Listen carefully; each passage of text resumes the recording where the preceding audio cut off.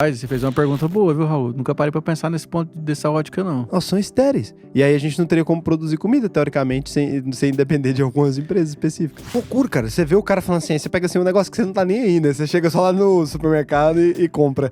Mas aí tá o maluco ali falando assim, não, a gente modificou aqui esse negócio da maçã, porque agora ela consegue produzir uma acidez um pouco maior que no paladar. E assim, tem uma coisa, a gente estava falando das sementes, e tem uma preocupação, talvez você como engenheiro agrônomo pode me ajudar a entender isso aí.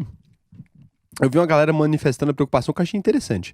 É porque hoje a gente tem grandes empresas, né, dessas produzindo as tais das sementes estéreis. Eles são sementes que não... Transgênicas. Que não híbridas. Elas chamam transgênicas? Não, tem as transgênicas que tem uma tecnologia que está embutida nela, que ela, às vezes ela é tolerante ao determinado tipo de herbicida, que vai favorecer o manejo. Por exemplo, você imagina que uma lavoura de soja, a gente tem ali as plantações, a linha de plantio de soja, e na entrelinha a gente acaba tendo o que a gente chama de planta espontânea, ou planta daninha, né, conhecida popularmente. Então eu tenho um inseticida, um herbicida, que eu aplico nessa lavoura, e a soja não sente o efeito do herbicida, e a planta daninha sente. Então ela não é abalada pela molécula que é aplicada ali. Então, mas elas são sementes estéreis que eu falo, elas não reproduzem. Elas não dão outras sementes que podem reproduzir. Sim. Então, isso não é um negócio perigoso? Porque assim, eu faço lá uma soja, daí a gente vende a soja, essa soja que vive ali e ela é imune às pragas. É como se a gente produzisse um ser humano hoje, por exemplo, que ele não é imune à praga nenhuma, ele ia morrer e beber ainda. Então a gente está produzindo sementes cada vez mais potentes e que aguentam um monte de veneno e tarará. Essas sementes originais ali, por exemplo, essas anteriores, que eram as sementes que a gente tinha e que poderia gerar outra semente, elas não conseguem mais sobreviver no mundo de hoje. Se em algum momento essas empresas que criaram essas sementes aumentarem esse preço, o que acontece? Rapaz, você fez uma pergunta boa, viu, Raul? Nunca parei pra pensar nesse ponto dessa ótica, não. Elas são estéreis. E aí a gente não teria como produzir comida, teoricamente, sem depender de algumas empresas específicas. Mas aí a gente também tem várias outras linhas que dá pra seguir, né, cara? A gente não tem, assim, várias culturas, né? Vários segmentos que dá pra atuar, né? Então, assim, mas realmente é uma boa pergunta. Você me fez refletir que eu vou ter que estudar sobre esse assunto aí. Pois é, eu fiquei pensando nisso esses dias, porque na hora que eu comecei a estudar o negócio do agro, eu falei, caralho, genial, né? Porque tem umas sementes que são mais fortes que as outras, os caras vendem e tal. Mas aí eu vi que quando a gente olha pro nível de concorrência que existe entre essas empresas, não são tantas assim.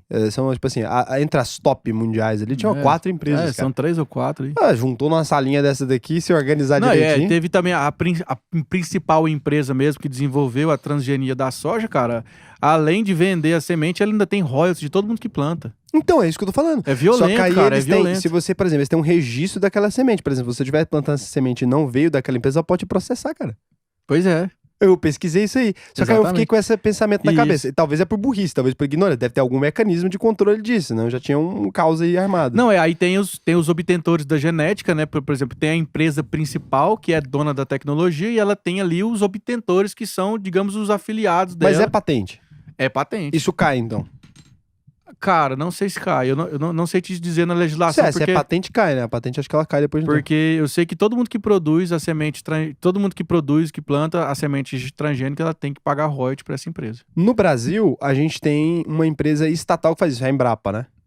A Embrapa é uma empresa de pesquisa, né? Ela é estatal. Ela desenvolve tecnologias. E fornece pra galera. E fornece pra galera. É a missão dela, né? Ela foi feita pra isso. Caramba, essa empresa podia abrir IPO, hein? O governo gosta de vender coisa, podia vender um pedaço desse negócio. Podia, cara. Putz, pensa que alegria. Ia entrar uma grana violenta e lá. Eu gosto da Embrapa.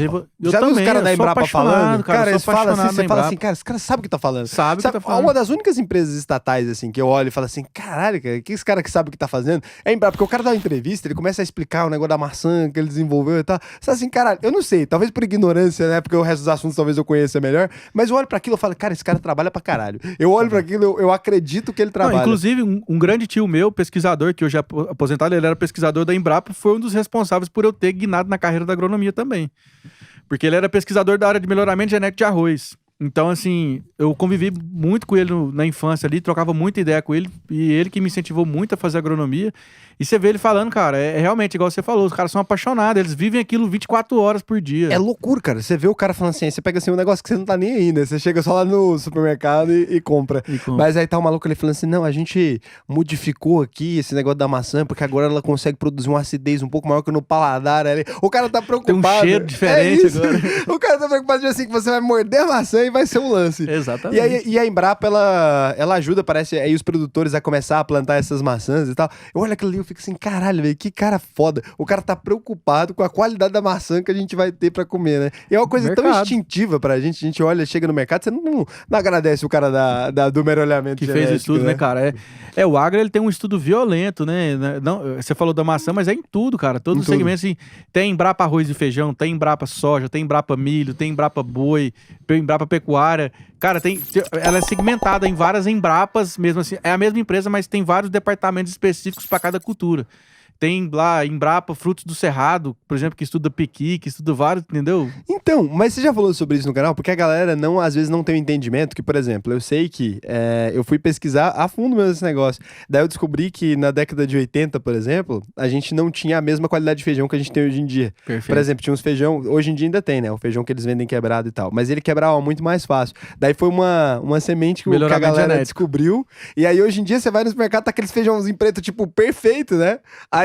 Aí a galera nem lembra que tinha aquele outro zoado, cara. Tipo assim, foi trabalho mesmo, né? Eles descobrem um gene que é responsável pela quebra do feijão, por exemplo. Aí tira. E aí eles isolam, exatamente, eles isolam e vamos tirando, e as próximas gerações vão sendo evoluídas naquele quesito. Eu acho que isso era um puto conteúdo pra você fazer, sabia? Porque assim, a galera não sabe disso, porque você vai no supermercado e tá lá feito, cara. E você fala assim, cara, pega uma maçã, e aí eu comecei a analisar isso, eu fui pesquisar, realmente, eu queria saber, eu achei que os caras estavam mentindo, cara, não é possível, cara.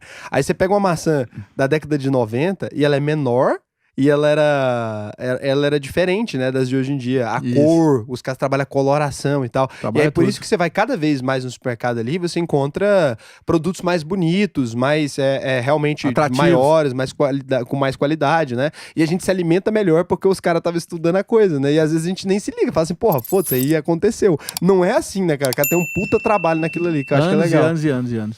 Bom, então é isso, cara. Então essa é uma coisa que eu acho que é legal, porque as pessoas gostam muito disso, né? Por exemplo, quando eu explico esses temas mais complexos, é porque a gente acha que as pessoas não vão gostar, mas elas gostam, cara. É impressionante. Não, você deu uma sacada boa aí. Vou procurar preparar conteúdos nesse aspecto aí.